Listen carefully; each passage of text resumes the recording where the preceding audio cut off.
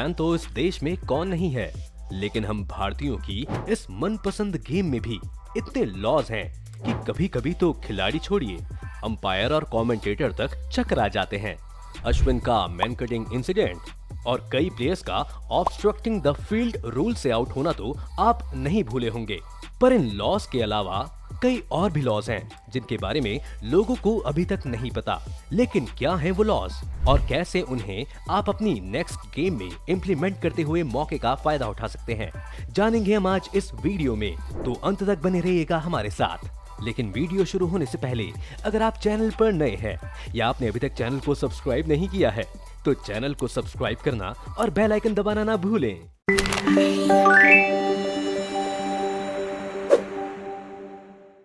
Appeal.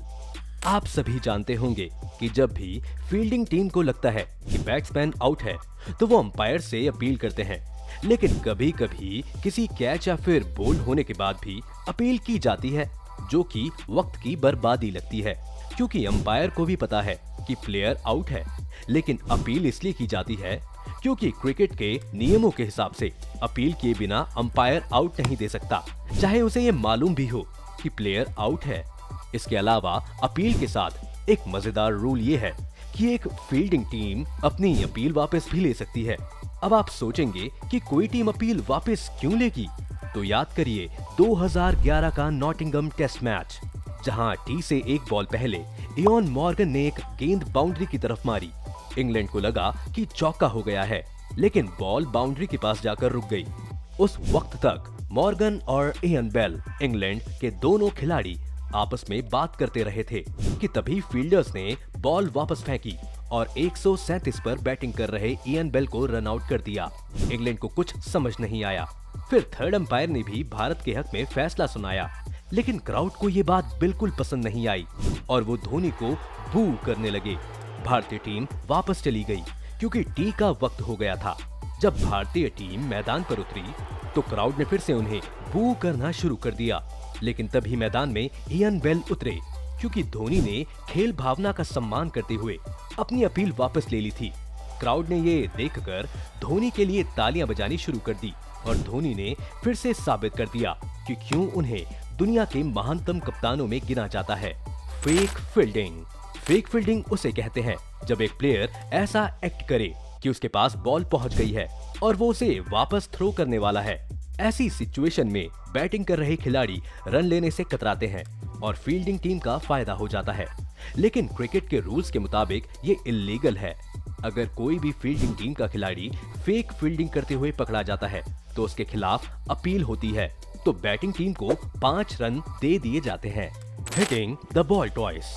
आप सभी ये बात तो जानते ही होंगे कि क्रिकेट में एक बार हिट करने के बाद एक बैट्समैन दोबारा उस बॉल को हिट नहीं कर सकता। ऐसा होने पर उसे आउट भी करार दिया जा सकता है, लेकिन इस रूल के साथ भी 2 एक्सपेक्टेशंस हैं।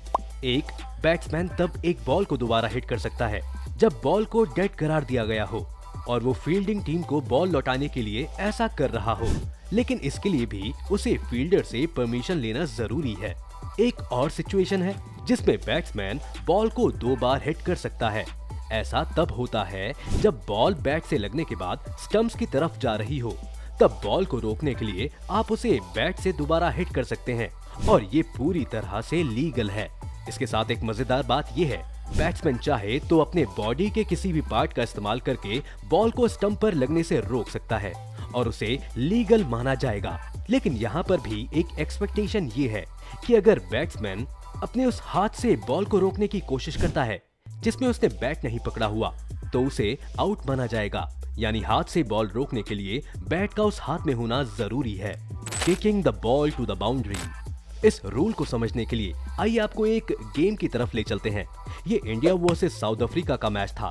साउथ अफ्रीका के 9 विकेट गिर चुके थे और क्रीज पर थे हाशिम आमला और मॉर्ने मॉकल। ओवर की आखिरी गेंद थी और हाशिम आमला 1 रन लेना चाहते थे ताकि उन्हें अगला ओवर खेलने को मिले, लेकिन उन्होंने जब गेंद मारी तो वो सहवाग के पास चली गई और सहवाग ने बॉल को किक करके बाउंड्री के पार पहुंचा दिया, जिससे बैटिंग टीम को 4 रन मिल गए। लेकिन अब बैटिंग पर मॉर्ने मॉर्कल थे इसकी शिकायत जब की गई तो अंपायर्स ने देखा कि रूल्स के मुताबिक बॉल को किक करके बाउंड्री पर पहुंचाना इलीगल है, जिस वजह से भारतीय टीम को 5 रन की पेनल्टी भरनी पड़ी और साउथ अफ्रीका को उस बॉल में 9 रन दिए गए। Umpire signals. आप जानते ही हैं कि हर बाउंड्री, एक्स्ट्रास या फिर विकेट के बाद अंपायर सिग्नल देता है, लेकिन क्या आप जानते हैं कि ये सिग्नल किसके लिए है? क्या अंपायर ये सिग्नल बैटिंग टीम को दे रहा है, फील्डिंग टीम को दे रहा है या फिर ऑडियंस को? दरअसल अंपायर्स ये सिग्नल इन तीनों को नहीं दे रहे होते, बल्कि हर क्रिकेट ग्राउंड में 2 स्कोर कीपर्स होते हैं जो स्कोर बोर्ड को चेंज करते रहते हैं। अंपायर्स को उन्हें ये सिग्नल्स देना होता है। मजेदार बात यह है कि अंपायर के सिग्नल देने के बाद ये लोग एक झंडा फहराते हैं, जिससे अंपायर्स को पता चलता है कि उसका सिग्नल देख लिया गया है और सिर्फ ऐसा होने के बाद ही खेल को फिर से शुरू किया जा सकता है। Time out. नहीं, हम स्ट्रेटेजिक टाइम आउट की बात नहीं कर रहे हैं।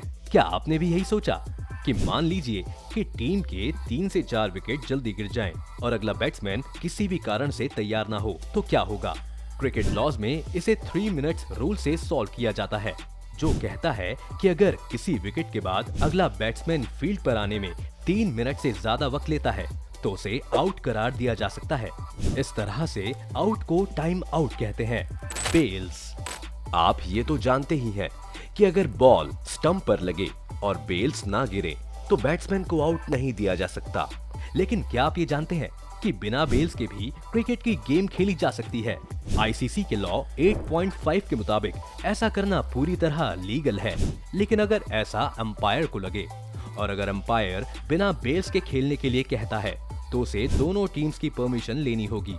अब आप सोच रहे होंगे कि ऐसा तो कभी नहीं देखा, तो आप याद करिए इंग्लैंड और ऑस्ट्रेलिया के बीच 2019 में खेला जा रहा चौथा टेस्ट, जहां तेज हवा होने के कारण अंपायर को ये डर लग रहा था कि कहीं बेल्स अपने आप न गिर जाएं, और तब उन्होंने बिना बेल्स के मैच खेला था। ऐसी सिचुएशन में अगर बॉल स्टंप्स पर लग जाती है तो अंपायर को डिसाइड करना होता है कि क्या बैट्समैन आउट है या नहीं।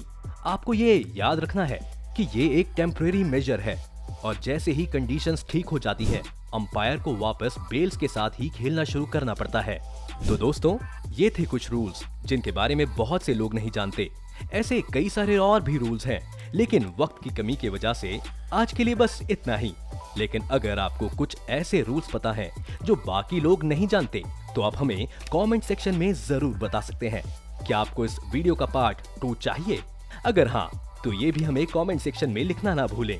उम्मीद है ये वीडियो देखकर आपको काफी कुछ जानने को मिला होगा। अगर आपको ये वीडियो पसंद आया हो तो वीडियो को लाइक करें, और अगर आप चैनल पर नए हैं या आपने अभी तक चैनल को सब्सक्राइब नहीं किया है तो चैनल सब्सक्राइब करना और बेल आइकन दबाना ना भूलें। धन्यवाद।